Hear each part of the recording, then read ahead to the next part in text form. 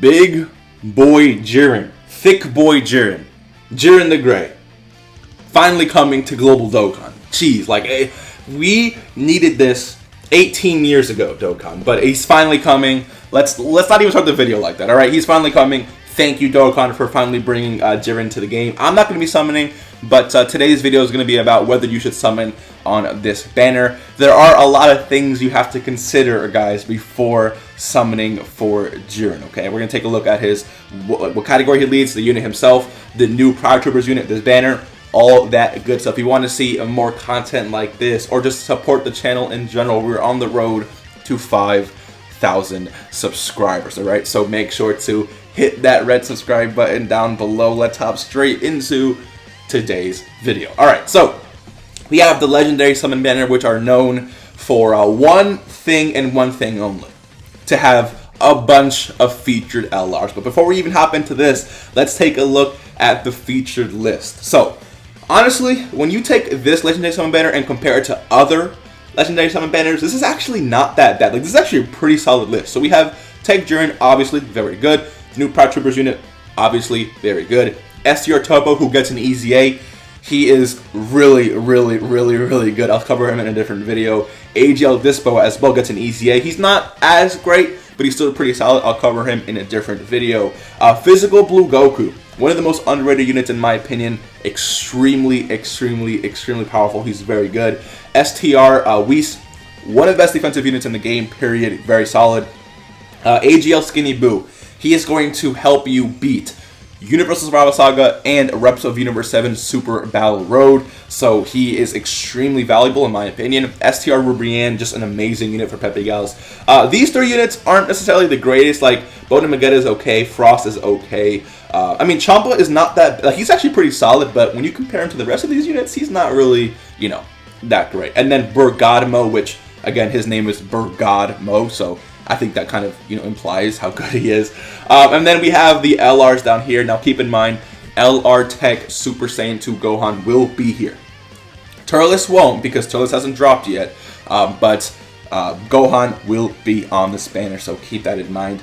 The amount of LRs here are absolutely insane, dude. You can do a multi, pull Rose, STR UI, and Jiren. Now, will that probably happen? No, but the chances are there.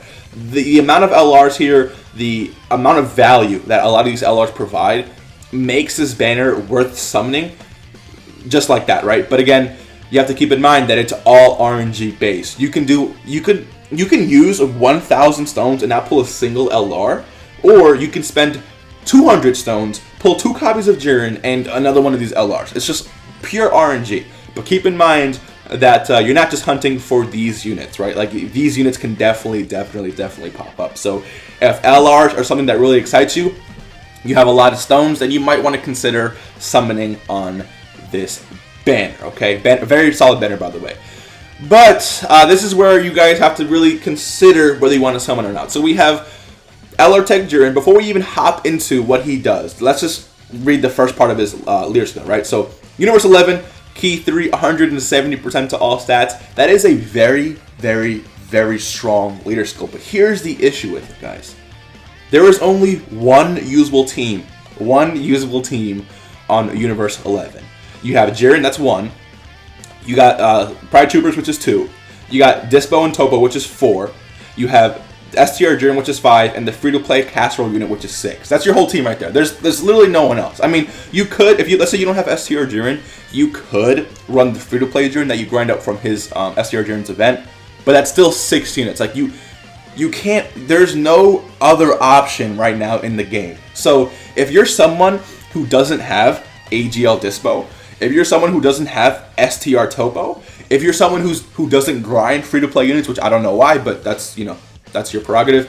If you don't feel like grinding free-to-play units, this is not a team that you're going to be able to run. And if you can't run this team, then LR Jiren won't be at his max power, because again, 170% on the leader skill is going to make this guy look a lot better. So again, if you already if you have all these units, if you're someone who grinds all free-to-play units, you only need these 2, I would say, you know, probably, yeah, go ahead, spend a few multis.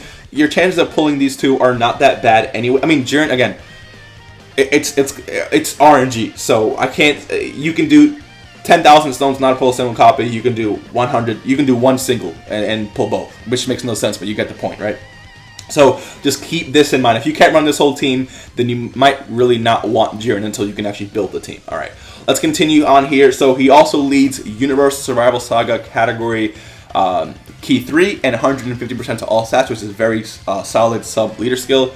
Super attack causes colossal damage to enemy and greatly lowers defense, which is pretty solid.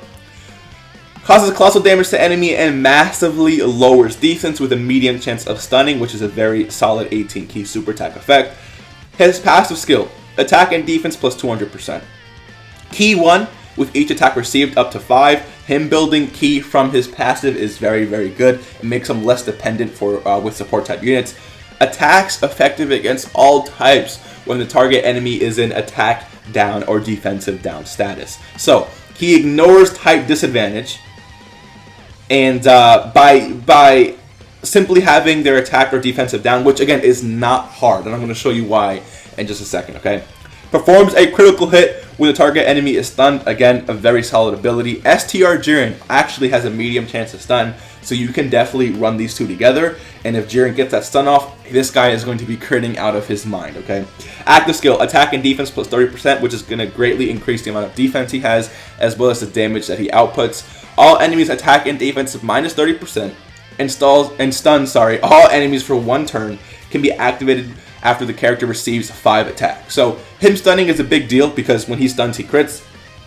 And then receiving 5 attacks sounds really good on paper, and you can activate it within like the first 2 to 3 turns, especially if you run something like a Super Battle Road, because they do tend to attack 18 million times in each slot.